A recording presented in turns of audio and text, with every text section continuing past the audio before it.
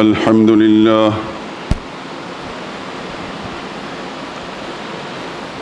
الحمد لله وحده والصلاة والسلام على من لا نبي بعده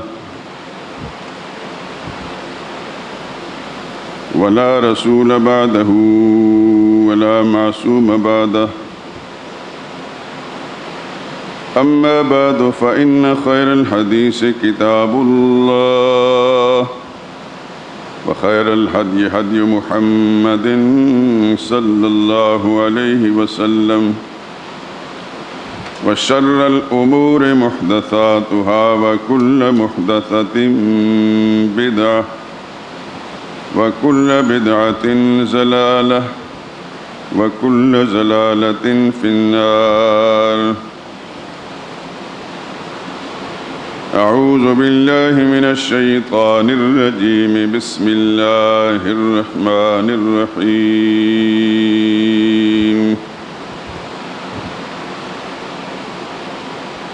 وما آتاكم الرسول فخذوه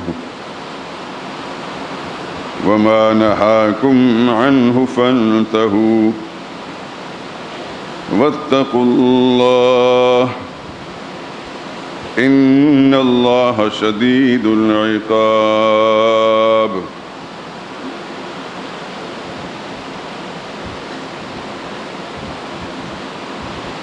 اور جو چیز تم کو رسول دے دیں وہ لے لو، اور جس سے منع کریں اس سے باز رہو، اور اللہ سے ڈرتے رہو، بلا شبہ اللہ سخت سزا دینے والا ہے. سبحان ربك رب العزة عما يصفون وسلام على المرسلين والحمد لله رب العالمين.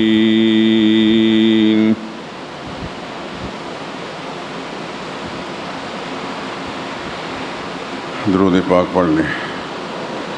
اللهم صل على محمد وعلى آل محمد كما صليت على إبراهيم وعلى آل إبراهيم إنك حميد مجيد. اللهم بارك على محمد وعلى آل محمد كما باركت على إبراهيم وعلى آل إبراهيم إنك حميد مجيد.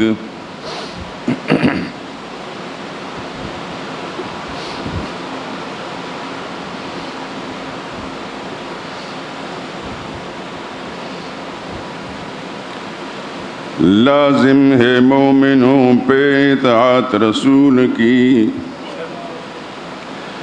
لازم ہے مومنوں پہ اطاعت رسول کی، دل میں ہو جاگزین محبت رسول کی.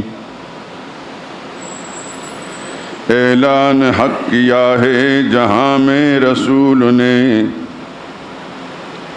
اعلان حق کیا ہے جہاں میں رسول نے، حق نے بیان کی ہے رسالت رسول کی. سب سے بڑے امین تھے دنیا میں حضور، سب سے بڑے امین تھے دنیا میں حضور، مخفی نہیں کسی پہ امانت رسول کی. سچا ہے کون آپ سے بڑھ کر جہان میں، سچا ہے کون آپ سے بڑھ کر جہان میں، مشہور ہے جہاں میں صداقت رسول کی. قرآن گواہ آپ کے خلق عظیم پر، قرآن گواہ آپ کے خلق عظیم پر، روشن ترافتاب سے سیرت رسول کی. بعد از خدا نبی کی اطاعت ہے ہم پہ فرض، بعد از خدا نبی کی اطاعت ہے ہم پہ فرض، ایمان کی ہے جان اطاعت رسول کی۔ مومن وہ اپنے آپ کو کہتا ہے کس طرح، مومن وہ اپنے آپ کو کہتا ہے کس طرح، رکھتا نہیں جو دل میں محبت رسول کی۔ سب سے بلند جیسے محمد کی شان ہے، سب سے بلند جیسے محمد کی شان ہے، یوں ہی بلند شان ہے امت رسول کی۔ دنیا میں جس کا سنت نبی پہ ہو عمل، اس کو نصیب ہوگی شفاعت رسول کی۔ امت میں سب سے افضل و برتر وہی تو ہیں، امت میں سب سے افضل و برتر وہی تو ہیں، حق سے ملی ہے جن کو معیت رسول کی۔ توحید کی ضیاء سے منور ہوا جہان، توحید کی ضیاء سے منور ہوا جہان، روشن ہوئی جو شمع ہدایت رسول کی۔ کفر و نفاق و شرک کی شب ہو گئی تمام، پھوٹی جہاں میں صبح نبوت رسول کی۔ دنیا کا ذرہ ذرہ خوشی سے چمک اٹھا، جس دن ہوئی ظہور ولادت رسول کی۔ لازم ہے مومنوں پر اطاعت رسول کی، دل میں ہو جاگزین محبت رسول کی۔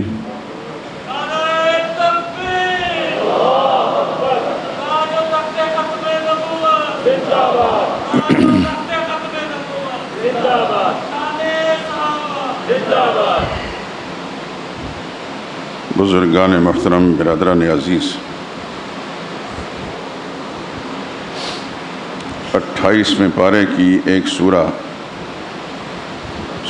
حشر کی آیت نمبر 7 کا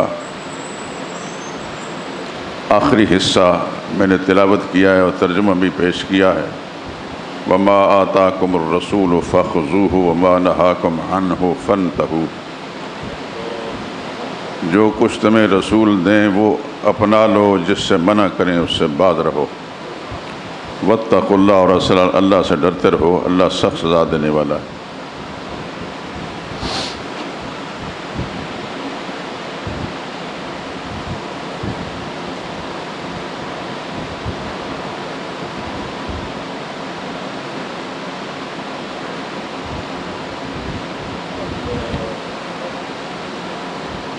اسلامی سال کا یہ دوسرا مہینہ چل رہا ہے۔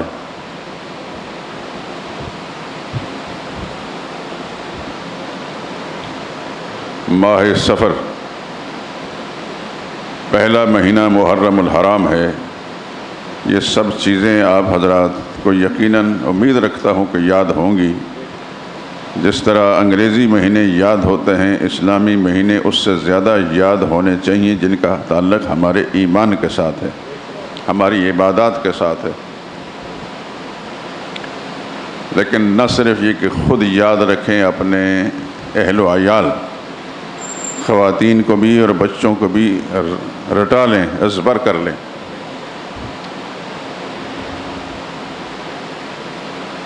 ہم چھوٹے چھوٹے ہوتے تھے تو ہم نے اپنے علاقے کے بڑوں کو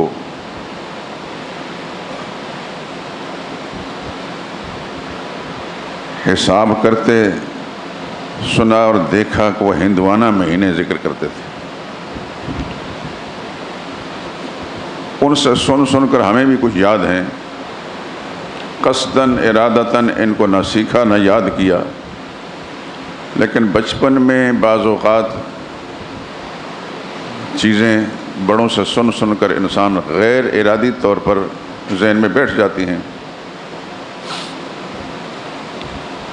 لیکن یہ میں گزارش کر رہا ہوں آپ حضرات سے کہ آپ اسلامی مہینوں کو نہ صرف خود یاد رکھیں بلکہ اپنے تمام متعلقین، اس میں بچے بھی ہیں، خواتین بھی ہیں، دوست احباب بھی ہیں، عزیز رشتہ دار بھی ہیں، سب کو یاد کرائیں بہانے سے۔ مثلا کسی مہینے کا وہ نام لیتا ہے، یقیناً وہ کسی انگریزی مہینے کا نام لے گا تو آپ اسے پوچھ لیا کریں۔ یہ ایک تنبیہ ہے، دستک ہے اس کے دماغ پر کہ انگریزی مہینہ تو آپ نے ایسا فر یاد رکھا کہ جیسا کہ آپ ہیں ہی انگریز، لیکن آپ کو پتہ ہے کہ اسلامی مہینہ کون سا ہے؟ قسمت سے ہی کوئی بتائے گا، لیکن یہ تنبیہ ہے، اس کے دماغ پر دستک ہوگی کہ میرے بھائی، میرے عزیز، میرے پیارے، جس بے باکی کے ساتھ، جس روانی کے ساتھ آپ نے انگریزی مہینوں کا نام لیے ہیں، کیا وہ مہینے جو محمد مصطفیٰ صلی اللہ علیہ وسلم نے سکھائے ہیں وہ بھی یاد ہیں؟ تو جو شخص کہتا ہے کہ میں عاشق رسول ہوں، میں رسول اللہ پر قربان جاؤں، تو یہ لفظی قربانی کوئی معنی نہیں رکھتی۔ نبی کریم صلی اللہ علیہ وسلم کی پاکیزہ تعلیمات اور آپ کا کلچر، آپ کی تہذیب، اگر وہ کسی شخص نے نہیں اپنایا تو وہ صرف زبانی کلامی محبت کے دعوے کر رہا ہے۔ قرآن کریم کی یقیناً آپ تلاوت کرتے ہوں گے، کرتے ہیں نا؟ ہاتھ کھڑا کریں۔ جزاکم اللہ خیرہ، اللہ آپ کو جزائے خیر عطا فرمایا۔ غالب اکثریت نے ہاتھ کھڑا کیا۔ قرآن کریم کے اندر ایک سورت آتی ہے، سورہ توبہ۔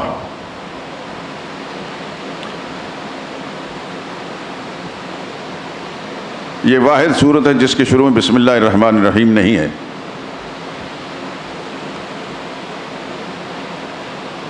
اگر اس موضوع پر میں نکل پڑا تو اپنے موضوع سے ہٹ جاؤں گا انشاءاللہ۔ تھوڑے دنوں کے بعد ہم نے قرآن حکیم کا درس شروع کرنا ہے۔ آپ دعا کریں کہ اللہ پاک ہمارے ارادوں میں ہمیں کامیابی دے۔ آپ کے دل سے نکلی دعا یقیناً میرا رب سنیں گے، چونکہ خیر کی دعا ہے، اللہ کی کتاب کی تعلیم و تدریس کی دعا ہے، یقیناً اللہ قبول فرمائیں گے اور اللہ توفیق دیں گے۔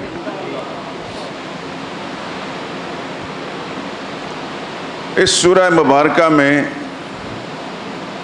خالق کائنات نے یوں فرمایا، ان عدت الشہور عند اللہ 12 شہرا فی کتاب اللہ یوم خلق السماوات والارض منها 4 حرم۔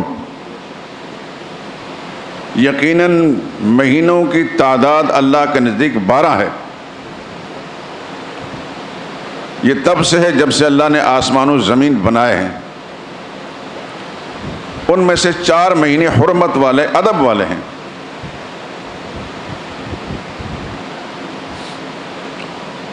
یہ اعلان کسی وزیر کا، حکمران کا نہیں، خالق کائنات کا ہے، جس نے زمین و آسمان کو بنایا، جہان کو بنایا، مجھے اور آپ کو بنایا۔ وہ اعلان فرما رہے ہیں کہ مہینوں کی تعداد اللہ کے نزدیک 12 ہے، ان میں سے 4 حرمت والے یعنی ادب والے مہینے ہیں۔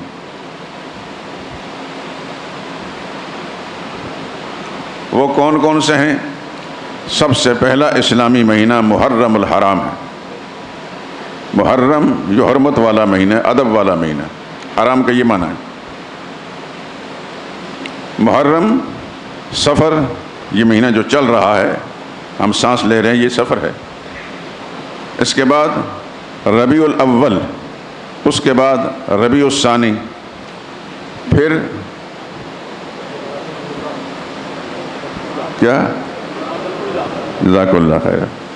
میں چپ اس لیے ہوا ہوں کہ ہمارے اخبارات بھی غلط لکھتے ہیں، اللہ ان کو ہدایت دے۔ یہ جمادی الاول نہیں ہے، جماد الاولیٰ ہے، جماد الاولیٰ، اور اگلا مہینہ جماد الثانیہ، یا اس کو جماد الاخری بھی کہہ دیں، لیکن جماد ہے، جمادی نہیں۔ جماد الاولیٰ اور جماد الثانیہ یا جماد الاخری۔ پھر اس کے بعد رجب، شعبان، رمضان، شوال، ذیقعد، ذی الحج۔ یہ ذی الحج اسلامی سال کے مہینوں میں سے 12ویں نمبر کا مہینہ ہے۔ جس میں بڑی عید آتی ہے، اور محرم الحرام اسلامی مہینوں میں سے پہلا مہینہ ہے، تو وہ گزر چکا ہے۔ وہ ہمیں اس لیے بھی یاد رہتا ہے کہ اس کے اندر سینہ کو بھی مارنے پیٹنے کا عمل ہوتا ہے۔ بظاہر تو یہ شو کیا جاتا ہے کہ حضرت حسین کا ماتم ہو رہا ہے، سیدنا حسین ان کے خاندان کے ساتھ جو ظلم و زیادتی ہوئی تھی اس کے لیے ہم سوگ منا رہے ہیں، اور سوگ منا اپنے سینوں کو۔ وہ کسی نے خوب کہا ہے،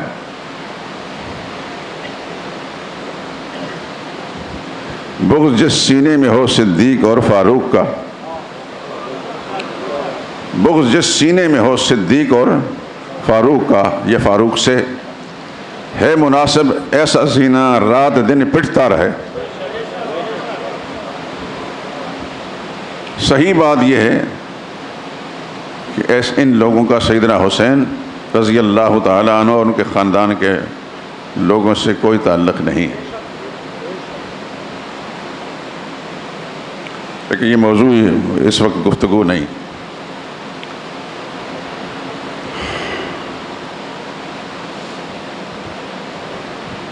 محرم الحرام اور پھر اس کے بعد سفر کا مہینہ،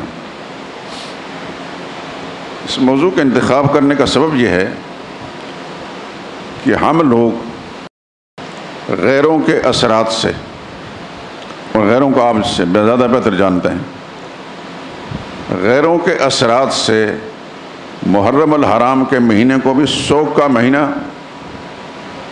سمجھتے ہوئے کوئی نکاح، کوئی خوشی کا کام اس میں نہیں کرتے، اور اسی طریقے سے غیروں کے اثرات کے سبب سے سفر کے مہینوں کو بھی ایسا مہینہ سمجھتے ہیں۔ وہ تو سوگ کا مہینہ اور یہ نحوست والا مہینہ، اس مہینے کو نحوست والا، اس میں بلائیں اترتی ہیں، نحوست والا مہینہ ہے۔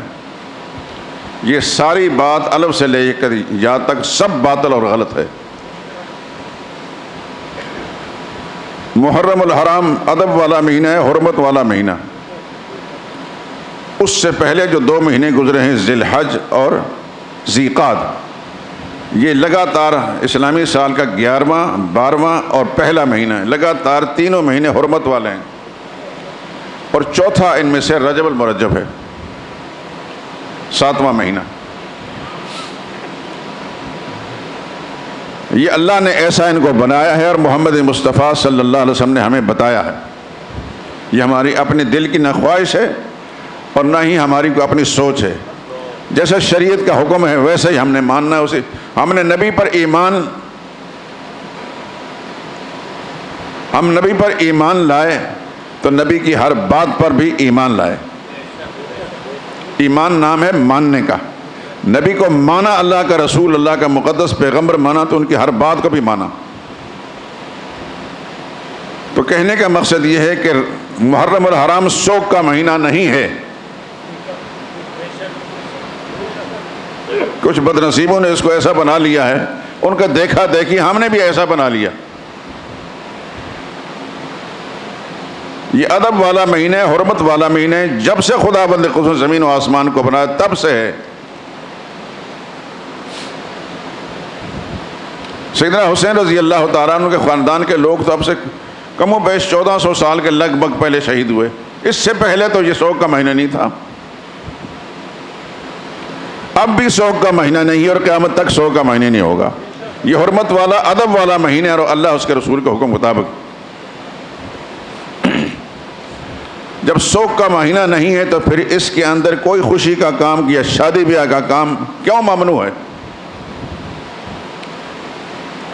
زمانہ جاہلیت میں محرم الحرام کے ساتھ تو خیر ایسا نہیں ہوتا تھا، لیکن سفر کے مہینے کے بارے میں جعلی، خود ساختہ بناوٹی روایتیں گھڑ گھڑ کر اللہ کے پیغمبر طرف منسوب کی جاتی، اور پھر اس کے اندر خوشی کا کوئی کام نہ کرتے۔ مثلا شادی بیاہ، آج کل غالباً پاکستان میں بھی ایسا ہی ہے، نہیں کرتے نا، اس مہینے میں شادیاں نہیں کرتے، اور محرم میں اس میں بھی نہیں کرتے۔ یعنی اعتقادی طور پر ہم سارے ویسے تو سنی مسلمان ہیں، اعتقادی طور پر ہم سارے کے سارے اسی سوچ کے مالک ہیں۔ زمانہ جاہلیت کے اندر سفر کے مہینے کو نحوست والا مہینہ سمجھا جاتا تھا، بلکہ اس کے لیے ایک روایت گھڑی ہے، من بشرنی بخروج سفر بشرتہ بالجنہ، یہ ایک روایت گھڑی ہے جعلسازوں نے، جس نے مجھے سفر کے مہینے کی خروج ختم ہونے کی بشارت سنا دی کہ سفر ختم ہو گیا، بشرتہ بالجنہ، میں اس کو جنت کی خوشخبری دوں گا۔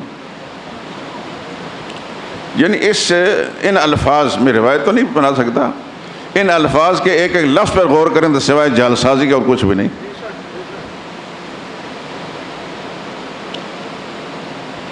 اللہ نے 12 مہینوں سے کوئی مہینہ نحوست والا نہیں بنایا۔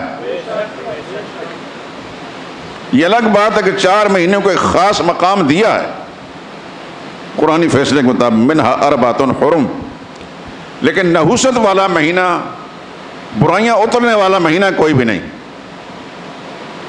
اب حضرات یقیناً اپنے بڑوں سے جو موجود ہیں یا نہیں ہیں، اوائل عمر میں سن چکے ہوں گے یہی باتیں جن کا میں ذکر کر رہا ہوں، لیکن یہ سب ہندو مسلم اکٹھے رہتے تھے، ہندو کلچر مسلمانوں نے اپنایا، جو خیالات جو نظریات ان کے تھے مسلمانوں نے اپنائے۔ بدقسمتی سے مسلمانوں کا کوئی کلچر، کوئی بات، کوئی نظریہ ہندو نے نہیں اپنایا۔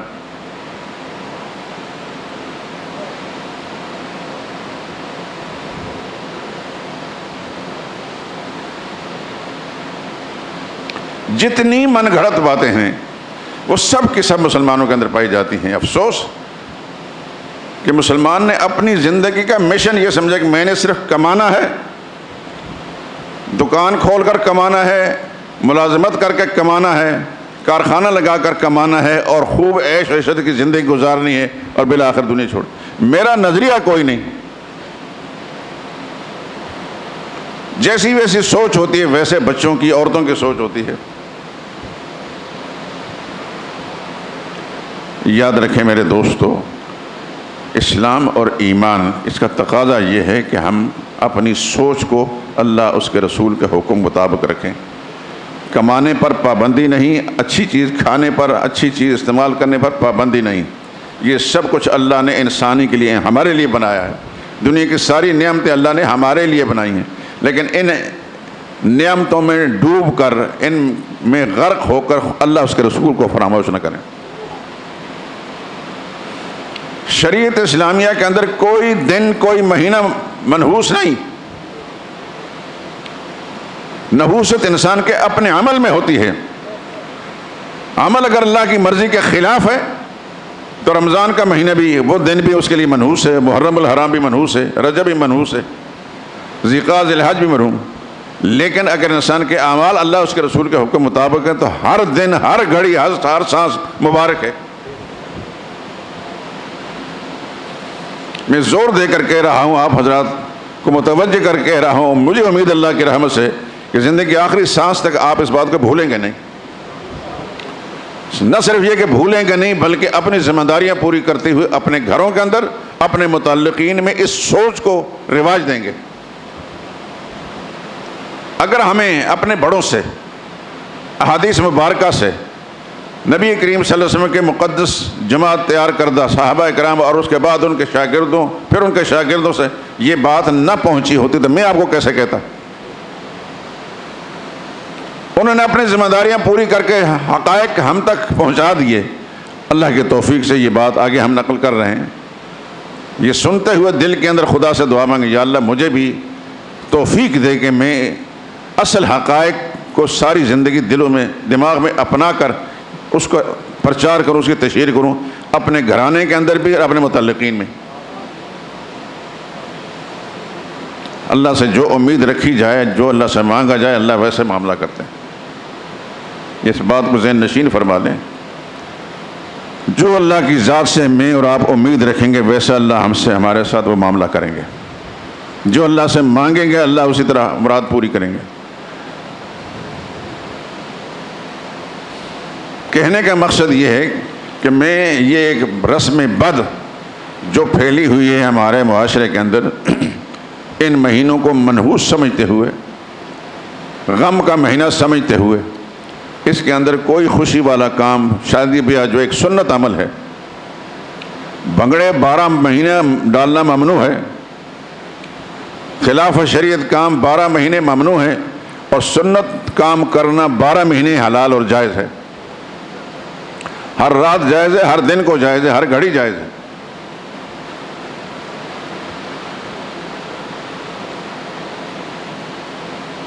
لیکن ہمارا چونکہ ایک مزاج بن چکا ہے کہ ہم نے محرم کے مہینے میں اگر کوئی شادی کی تو زبانیں کھل جاتی ہیں، ہمارے اپنوں کی بھی، ہمارے متعلقین کی، جاننے پہچاننے والوں کو، کہ یہ کیا کیا تم نے۔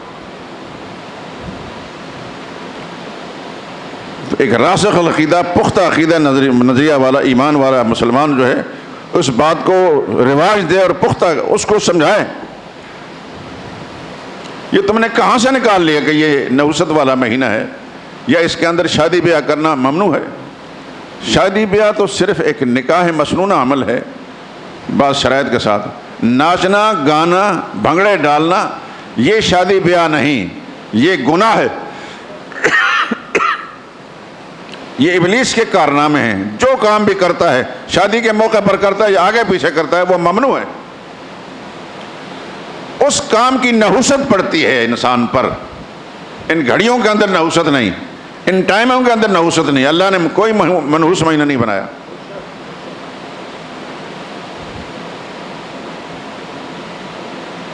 آپ حضرات مجھ سے زیادہ جانتے ہیں کہ معاشرے کے ساتھ آپ ہر وقت اٹیچ رہتے ہیں، لیکن کچھ نہ کچھ مجھے بھی معلوم ہے۔ کئی سال پرانی بات میرے دل و دماغ سے اترتی نہیں۔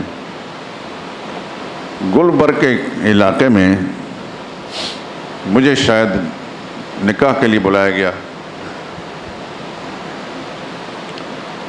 نکاح تو میں نے پڑھ لیا الحمدللہ، اور آپ حضرات جانتے ہیں کہ میں اللہ کی توفیق سے نکاح کے موقع پر جو کچھ بیان کرتا ہوں اپنی ذمہ داری سمجھ کر اللہ کا شکر ادا کرتا ہوں کہ یہ توفیق اللہ نے مجھے ہی دی ہے۔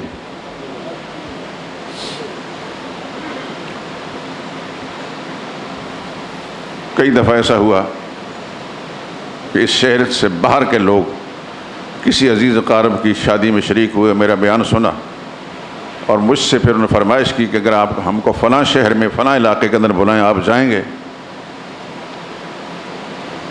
تو پھر میں یہی جواب دیتا ہوں کہ مجھے موقع ملا ضرور جا سکتا ہوں،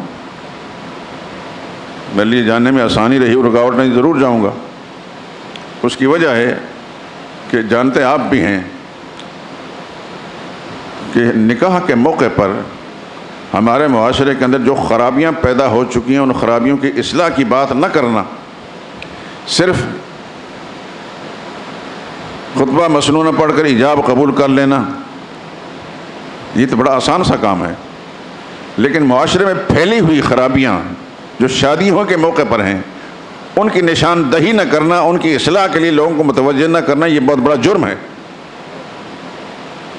اللہ نے اپنی توفیق سے مجھے یہ توفیق مرحمت فرمائی ہے کہ میں اس موقع پر اپنی ذمہ داری کو پورا کرتا ہوں، اور بہت سے لوگوں کو الحمدللہ العظیم مجھے پتہ چلتا رہتا ہے، مجھے اطلاع میں کہ اس پر عمل کرنے کی توفیق سے اللہ نے بہت ساری خرابیوں سے بچایا۔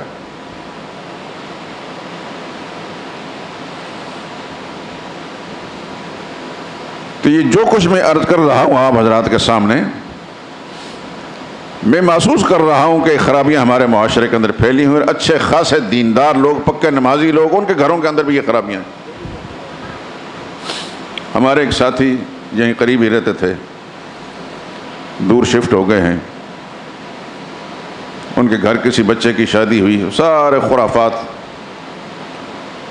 چونکہ یہاں کے نمازی تھے باقاعدہ، تو میں نے ان سے پوچھ لیا، میں نے کہا یہ کچھ آپ کے گھر ہوا ہے؟ سر نیچے کر کے جس نے شرمندگی کیفیت ہوتی ہے، کہتے ہیں کیا کریں جی، عورتیں بچے نہیں مانتے۔ یہ بڑا آسان سا جواب ہوتا ہے جان چھڑانے کے لیے۔ عورتیں تمہاری ہیں، بیویاں تمہاری ہیں، بچے تمہارے ہیں، انہیں محلہ داروں کی باتیں مان لی، تمہاری بات کیوں نہیں مانتے؟ اللہ کے پاک پیغمبر صلی اللہ علیہ وسلم نے ارشاد فرمایا کلکم راعٍ وکلکم مسئول عن رعیتہ، تم میں سے ہر شخص نگہبان ذمہ دار ہے۔ رائی کہتے ہیں چرواہے کو۔ چرواہ جس طرح تمام بھیڑ بکریاں جو ہیں اس کی تحویل میں ہوتی ہیں، ان کی حفاظت کا ضامن ہوتا ہے، ذمہ دار ہوتا ہے، کسی کے فصل میں نہ جائیں، یہ اس کی ذمہ داری ہے۔ کوئی بھیڑیا یا اس طرح موذی جانور اٹھا کر نہ لے جائے، اس کی حفاظت اس کی ذمہ داری ہے۔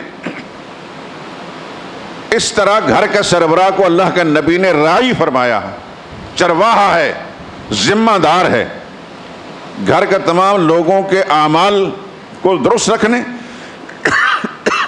ان کے عقیدوں کی فکر کرنے اور ان کی اصلاح کرنے کی کوشش کرنا، یہ اس کی ذمہ داری ہے۔ اللہ کے نبی نے فرمایا وَمَسْئُولٌ عَنْ رَعِيَّتِهِ، وہ جواب دہ ہوگا، پوچھا جائے گا اس سے اپنے رعایا کے بارے میں۔ تیری بیوی کا عقیدہ کیوں خراب تھا؟ تیری بیوی نماز کیوں نہیں پڑھتی تھی؟ تیری بیوی بے پردہ کیوں پھرتی تھی؟ یہ ضرور سے پوچھا جائے گا۔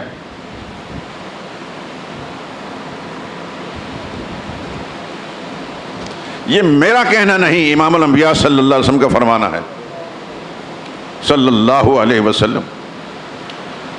اللہ نے پوچھنا ہے، یہ سب تمہارے ماتحت تھے، ان کی خوراک، پوشاک، رہائش، دوسری ضروریات زندگی کا ذمہ دار تو تھا، علاج معالجے کا ذمہ دار تو تھا، تو پھر یہ خرابیاں جو ان کے اندر آئی ہیں ان کی اصلاح کرنے کا ذمہ دار پھر کون ہوگا؟ یہ ہوگا میرے دوستو، مجھ سے بھی پوچھا جائے گا اور آپ حضرات سے بھی پوچھا جائے گا۔ ہر مسلمان کو اپنے دل و دماغ میں یہ بات بٹھا لینا چاہیے کہ بیویوں کی خوشی کے لیے، بچوں کی خوشی کے لیے، بہن بھائیوں کی خوشی کے لیے، ملنے جلنے والوں کی خوشی کے لیے اللہ اور اس کے رسول کی بغاوت جو ہے یہ ہماری تباہی ہے، ہماری ہدایت نہیں، ہماری کامیابی نہیں۔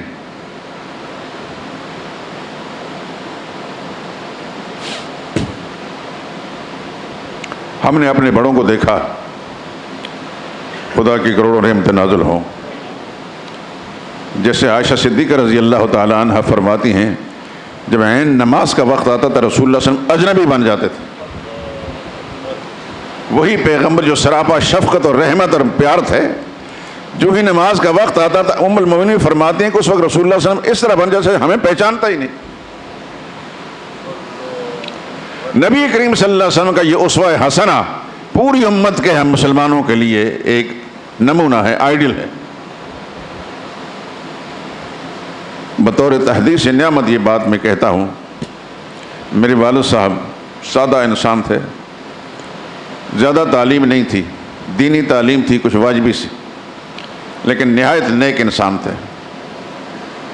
یوں نہیں کہتا کہ میرے والد سے، واقعتاً بہت نیک انسان تھے۔ جب نماز کا وقت آتا بالکل جو ام المؤمنین فرماتے ہیں رسول اللہ صلی اللہ علیہ وسلم کی ذات اقدس کے بارے میں، اجنبی بن جاتے ہیں۔ میرے والد صاحب گھر کا ہر آدمی کے لیے اجنبی بن جاتے تھے۔ گھر کا ایک کمرہ ایک مخصوص تھا نماز کے لیے، اس کے اندر اور سرگرمیاں نہیں ہوتی تھی، اس میں قالین پڑے ہوتے تھے، مسلح پڑا ہوتا تھا، آدمی جماعت کا جماعت ہوتی تھی باقاعدہ، اب بھی ہے۔ میرے ایک بھانجے کراچی میں تھے، فوت ہو گئے، اللہ بخشے اس کو۔ کبھی کبھی وہ آتے تو ہمارے گھر کا تو نظام ایسا تھا کہ ہم بغیر نماز کے کچھ چھوڑتے نہیں تھے۔ میرے چھوٹے بھائی، ان کو کئی دفعہ ان کی سستی کی بنا پر والد صاحب سے پٹائی ہوئی ہے۔ تو وہ ہمارا بھانجا جو ہے اس کو شاید اپنے گھر کے اندر نماز کی اس قدر تاخیر نہیں ہوتی تھی، یا ہوتی ہوگی تو وہ سستی کرتے ہوں۔ تو ہمارا گھر ذرا بڑا سا تھا، کئی کمرے تھے۔ نماز کا وقت آتا تو وہ کسی کمرے میں جا کر چھپ جاتا، اور جہاں بستر بہت سارے پڑے ہوتے تو بہت سارے بستروں کے نیچے لیٹ جاتا، پھر بستر ڈال لیتا۔ ہمارے والد صاحب اس وقت تک چین نہیں آتا جب تک اس کو ڈھونڈ نہ نکالیں۔ عبید نام تھا اس کا، بولتے رہتے تو عبید تم کدھر ہو؟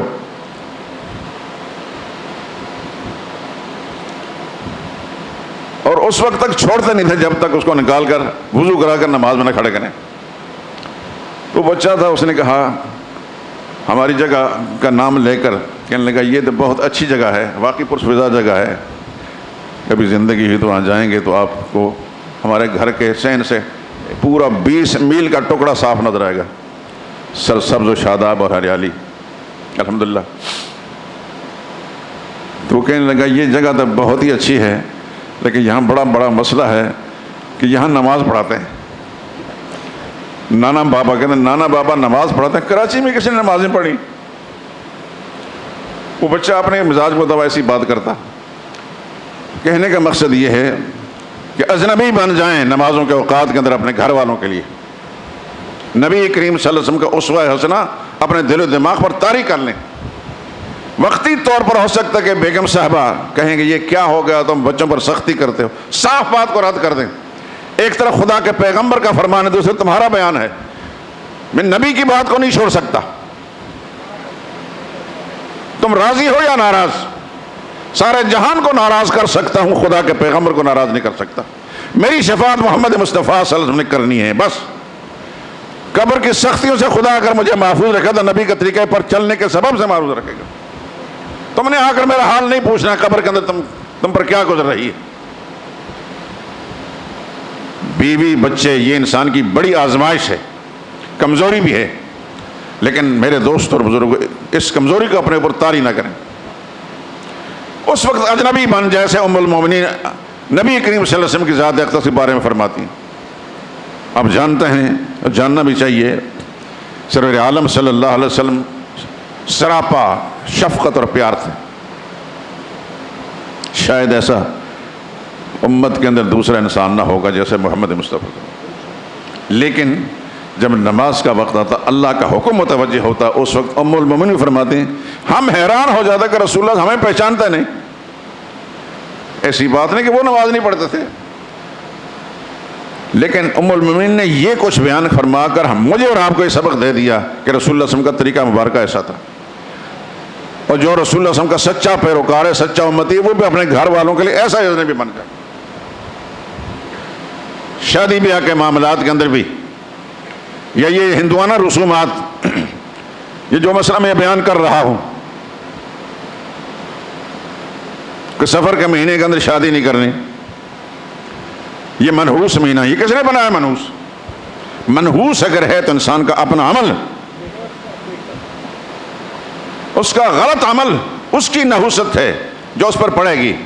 اس مہینے کی دن رات اور ان کی گھڑیوں کی نحوست کچھ بھی نہیں، خدا نے کوئی دن منحوس نہیں بنایا، یہ بات ذہن نشین فرما لیں۔ نحوست اگر ہے تو انسان کے کردار میں ہے، برے کردار میں ہے، اس نے جو نبی کا طریقہ چھوڑا اس کے اندر نحوست ہے۔ مانا کہ ہندو ہم سے تھوڑا عرصہ پہلے الگ ہوا، بہت ساری باتیں ان کی ہم تک منتقل ہوئیں، لیکن کیا ہم نے زندگی بھر ان کو اپنائے رکھنا؟ ہم میں سے ہمارے بڑوں میں سے کوئی ناسمجھ تھا، ناسمجھ سے مراد دین سے بے خبر تھا، اور اس نے انہی ہندوانہ رسموں کو آگے چلایا، تو کیا ہم نے یہ ٹھیکہ لے رکھا ہے کہ ہم نے ان کو آگے چلانا ہے؟ ہم نے تو کلمہ محمد مصطفیٰ صلی اللہ علیہ وسلم کا پڑھا۔ کلمہ کا معنی یہ ہے کہ ہم نے اللہ کا حکم پورا کرنا ہے محمد مصطفیٰ صلی اللہ علیہ وسلم کے طریقے پر، صلی اللہ علیہ وسلم، اللہ کی مرضی پر چلنا ہے، اللہ کی مرضی پر چلنا ہے۔ اس لیے کہ ہمیں کس نے بنایا ہے؟ اللہ نے بنایا ہے۔ زندگی کس نے دی ہے؟ اللہ نے دی ہے۔ یہ جسمانی اعضاء کی ساخت، آنکھوں کی بینائی، کانوں کی شنوائی، ناکوں کا سونگھنا، زبان کا بولنا، قوت ذائقہ، ہاتھوں کا چھونا، پیروں کا چلنا، یہ سب کچھ کس نے بنایا ہے؟ اللہ نے بنایا ہے۔ تو پھر مرضی کس کی چلے گی؟ اس کی زمین پر ہم چلتے ہیں، اس کی زمین پر بیٹھتے ہیں، اس کی زمین سے اگنے والی ان گنت نعمتیں ہم استعمال کرتے ہیں۔ کائنات میں پھیلی ساری نعمتیں اللہ نے ہمارے لیے بنائی، سورج چاند بھی ہمارے لیے بنایا۔ تو پھر مرضی اللہ کی چلے گی، ہماری نہیں چلے گی۔ جب مرضی اللہ کی چلے گی تو پھر اس وقت یہ نہیں دیکھنا کہ میری بیوی کیا کہتی ہے، میرا بیٹا کیا کہتا ہے، بیٹی کیا کہتی ہے، بھائی کیا کہتا ہے، حتیٰ کہ ماں باپ کیا کہتے ہیں۔ قرآن کا وَإِن جَاهَدَاكَ عَلَىٰ أَن تُشْرِكَ بِي ما لیس لک بہ علم فلا تطعہما، تیرے ماں باپ اگر تمہیں مجبور کریں شرک کرنے پر، فیصلہ تو قرآن کریم کا شرک کا ہے، لیکن اس کے ضمن میں سب کچھ آ جاتا ہے، ہر وہ عمل جو اللہ رسول کی نافرمانی والا ہے، اگر تمہیں مجبور کرتے اس پر فلا تطعہما، پھر ان کی بات نہیں ماننی۔ کئی سال پرانی بات ہے، ایک نوجوان یہاں بیڑ روڈ کا رہنے والا تھا، مجھے نہیں پتا وہ کہاں چلا گیا، مجھے نام بھی نہیں یاد، بڑا خوبصورت جوان، اس نے داڑھی رکھی، یہاں بار آیا، بڑا افسردہ رونے والی کیفیت بنائی۔ میں نے کہا خیر تو ہے، کیا بات؟ کہنے لگا جی میں آپ سے ایک بات پوچھنے آیا ہوں، مجھے اپنی ماں سے بہت پیار ہے۔ میں نے کہا یہ تو بڑی خوش نصیبی ہے، خوش نصیبوں ہی کو ماں باپ سے پیار ہوتا ہے۔ میں کوئی بات بھی ان کی رد نہیں کر سکتا، لیکن اب جب سے میں نے داڑھی رکھی آپ کے درسوں کے اندر بیٹھ کر، ماں کہتی ہے کہ تو اچھا نہیں لگتا، ابھی تو تمہاری عمر کیا ہے، ابھی تمہاری شادی کرنی ہے، بڑے ہو جاؤ گے، پھر بڑھاپے کی منزل میں آؤ گے تو پھر داڑھی رکھنا، داڑھی اچھی نہیں لگتی۔ تو رو رہا تھا کہ میں کیا کروں، ماں کی بات کو رد کرنا بھی میری مشکل ہے، لیکن میں دوسرے تک یہ شریعت کا حکم ہے۔ مجھے اس بچے پر بڑا ترس آیا کہ دین کی اگر صحیح سمجھ ہوتی اس کو تو یہ شاید پوچھنے کے لیے یہاں آتا بھی نہ۔ بہرحال میں نے اسے کہا محمد مصطفیٰ صلی اللہ علیہ وسلم افضل ہیں یا تمہاری ماں؟ خدا اس بچے کو خوش رکھے، اس نے ذرا بھی تأمل نہیں کیا، کہنے لگا جی محمد مصطفیٰ صلی اللہ علیہ وسلم کے برابر تو کوئی بھی نہیں۔ میں نے کہا یہ داڑھی تم نے کسی عام آدمی کی خواہش پر رکھی ہے، رسول اللہ صلی اللہ علیہ وسلم کی سنت پر کہ حضور کی سنت پر؟ میں نے کہا اللہ کو خوش رکھے، نبی کریم صلی اللہ علیہ وسلم افضل ہیں، ان کی سنت افضل ہے، اس سنت سے تمہیں معروف رکھ رہی ہے آپ کی والدہ، اچھا کام کر رہی ہے۔ کہنے لگے یہ کام تو ہے غلط۔ میں نے کہا بس تمہارا فیصلہ ہو گیا، یہ سوچ کر کہ اگر داڑھی منڈواتے ہو تو نبی کا طریقہ چھوٹتا ہے، ماں تو خوش ہو جائے گی، نبی کا طریقہ چھوٹ جائے گا، لیکن نبی یہ داڑھی رکھتے ہو تو اللہ کے رسول راضی ہوں گے اور رسول اللہ صلی اللہ علیہ وسلم کی شفاعت بھی نصیب ہوگی۔ بس بڑا کہنے میں ہلکا ہو گیا ہوں، میری طبیعت پر جو بوجھ تھا ہلکا ہو گیا، یہاں سے واپس چلا گیا، اور جب تک وہ ملتا تھا داڑھی اس کی تھی، اب کہیں چلے گئے ہیں یا علاقہ چھوڑ گئے ہیں، بہرحال جہاں بھی ہیں اللہ استقامت نصیب فرمائے۔ میں آپ حضرات سے یہ گزارش کرتا ہوں اپنے آپ کو ہلکا محسوس کرنے کے یہی ہے کہ ایک طرف ماں باپ بہن بیوی بیٹی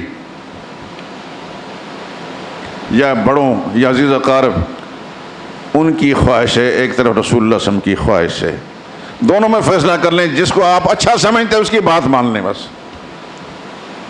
میں سمجھتا ہوں کہ کوئی مسلمان ایسا نہیں ہوگا کہ نبی کریم صلی اللہ علیہ وسلم کے برابر بھی کسی کو سمجھا، اچھا سمجھنا درکنار، حضور کے برابر بھی کسی کو سمجھے، بلکہ رسول اللہ صلی اللہ علیہ وسلم کے خدام اور غلام صحابہ اکرام، میں سمجھتا ہوں کہ صحابہ اکرام کی جوتیوں کے برابر بھی ہمارا یہ بڑے نہیں ہیں۔ آپ حضرات کو میری بات اچھی لگی یا نہیں لگی؟ میں اپنے آبا و اجداد، میرے والد صاحب جو بڑے متقی انسان تھے، میں خدا کے سامنے گواہی دے سکتا ہوں۔ ایک اور بڑی اہم بات ہے لیکن دوسرے موقع پر ذکر کروں گا انہی کے بارے میں۔ ان کے والد جو میرے دادا بزرگوار تھے، بہت بڑے ولی اللہ تھے، ان کے والد جو بہت بڑے علامہ بھی تھے اور ولی اللہ تھے، ان کے والد، ان کے بارے میں آپ دیکھو قرآن کریم کے حافظ تھے، ان کے والد پتہ چلا کہ قرآن کے حافظ ہے۔ یہ 5 پشتیں جو مجھے یاد ہیں، کتابوں کے اندر میں پڑھی، ان کی ہاتھ کی لکھی ہوئی کتابیں۔ ان سب کو میں ابوبکر صدیق تو خیر بہت بڑی شان ہے، سیدنا بلال حبشی کی جوتیوں کے برابر بھی نہیں سمجھتا۔ میرا ایمان یہ ہے کہ نبی کے خدام اور غلام، نبی کی ہر نسبت پیاری ہے، ان نسبتوں سے ہماری نجات ہوگی تو پھر کیا ہے؟ یہ دوسری بات ہے ان کی کیا حقیقت کیا ہے؟ سارا جہان ایک طرف، سارے جہان کے متقی پارساز مولوی صوفی پیر ایک طرف، حکمران ایک طرف، محمد مصطفیٰ صلی اللہ علیہ وسلم کے خدام ایک طرف، رسول اللہ صلی اللہ علیہ وسلم کے خدام کے برابر یہ سارا جہان نہیں ہے۔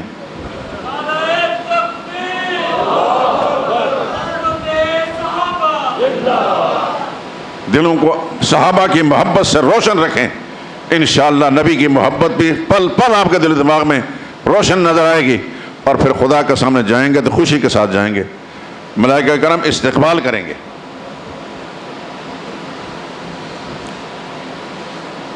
بات عرض کر رہا تھا کہ ایک رسم بد جو محرم الحرام کے مہینے کے حوالے سے اور سفر کے مہینے کے حوالے سے ہمارے ملکوں کے اندر رائج ہے، اور ہمارے گھروں کے اندر بھی، ہمارے محلوں کے اندر بھی، خود ہمارے خاندانوں میں رائج ہے، اس کی نشاندہی کر رہا تھا۔ یہ غلط طریقہ ہے، یہ رسول اللہ کی تعلیم نہیں ہے، جس نبی کا کلمہ پڑھا ہے ان کی تعلیم نہیں ہے۔ اس چیز کو نحوس سمجھنا، اس مہینے کو منحوس سمجھنا، یہ شیطانی خیالات ہیں، شیطانی سبق ہے۔ شیطانی سبق سے خدا کی پناہ مانگیں، اور کسی گھڑی کو منحوس مت سمجھیں، بلکہ اللہ سے توفیق مانگیں، یا اللہ نحوست میرے اپنے اعمال میں ہے، میرے اعمال کو یا اللہ درست فرما دے۔ اعمال درست ہوئے تو سب معاملے ٹھیک ہیں۔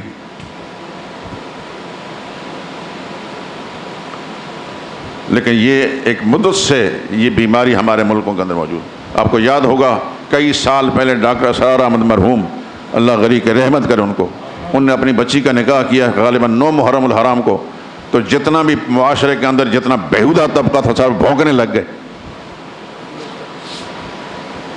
جن کو بہت بڑا جرم کیا انہوں نے۔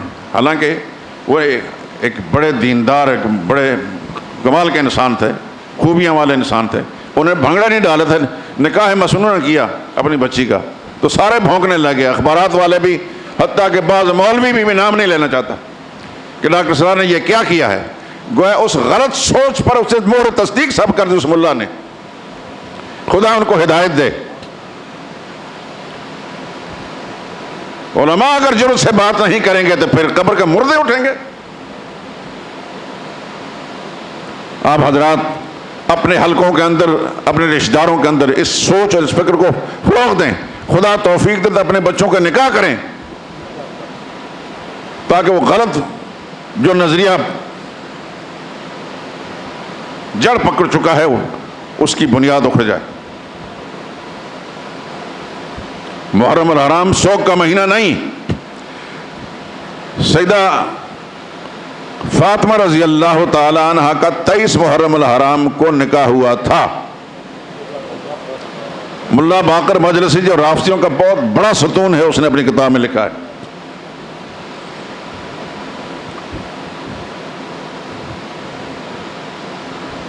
تو اگر یہ شوق کا مہینہ ہوتا تو پھر کم از کم ام المؤمنین حضرت فاطمہ رضی اللہ تعالیٰ عنہ کا نکاح اس میں نہ ہوتا۔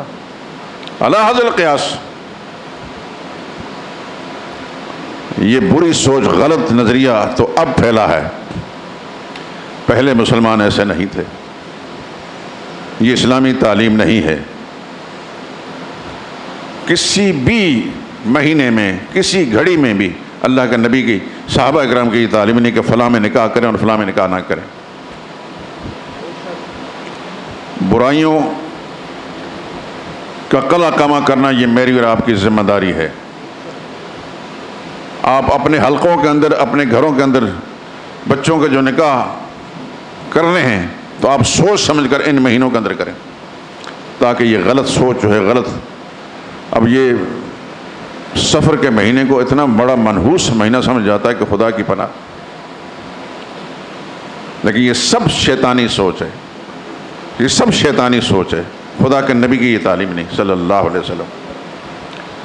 جتنے سلف صالحین ہمارے گزرے ہیں بزرگان دین، ان کی یہ تعلیم نہیں، ان کی یہ سوچ نہیں تھی، بلکہ چونکہ ہم نے ترجیحات بدل رکھی ہیں، ان کی لکھی ہوئی کتابیں جو ہیں ان کتابوں کو ہم نہیں دیکھ۔ شیخ عبدالحق محدث دہلوی، دہلی میں ایک بہت بڑے عالم گزرے، شاہ ولی اللہ رحمہ اللہ کے زمانے کے قریبی تقریباً، بہت بڑے انسان گزرے، فارسی میں انہوں کی حدیث کتابوں کے شروحات بھی ہیں اور فارسی میں لکھی اور بہت کتابیں بھی ہیں۔ انہوں نے ان سال کے 12 مہینوں کے سلسلے میں ایک کتاب لکھی ہے، کتاب تو فارسی زبان میں تھی لیکن اس کا اردو ترجمے میں ہو چکا ہے، اردو بازار سے منگوا لے اور گھروں کے اندر اس کا مطالعہ کریں، آپ دیکھیں گے کہ ان بزرگوں نے صاف لکھا ہے کہ یہ جو نظریہ بنا ہے کہ فلاں مہینہ منحوس ہے، فلاں مہینہ منحوس ہے، یہ غلط ہے۔ سال کے 12 مہینوں میں نکاح ہو سکتے ہیں، نکاح سنت کے مطابق ہو، لیکن سنت کے خلاف ہو تو سال کے 12 مہینے میں نکاح کرنا گناہ ہے۔ اللہ سے توفیق مانگیں کہ خدا بند قدوس ہماری سوچ کو درست فرما دے۔ میں دعا کرتا ہوں، آپ آمین کہیں دل سے، یا اللہ ہماری سوچ کو درست فرما دیں۔ ہمارے اندر جو پھیلی ہوئی ہندوانہ سوچ ہے، ہندوانہ کلچر ہے، جو مشرکانہ خیالات ہیں، یا اللہ ان سے ہمیں نجات عطا فرما۔ ہمارے بیوی بچے عورتیں ہمارے عزیز و اقارب، یا اللہ ان کی سوچ کو بھی درست فرما دے۔ ربنا تقبل منا انک انت السمیع العلیم۔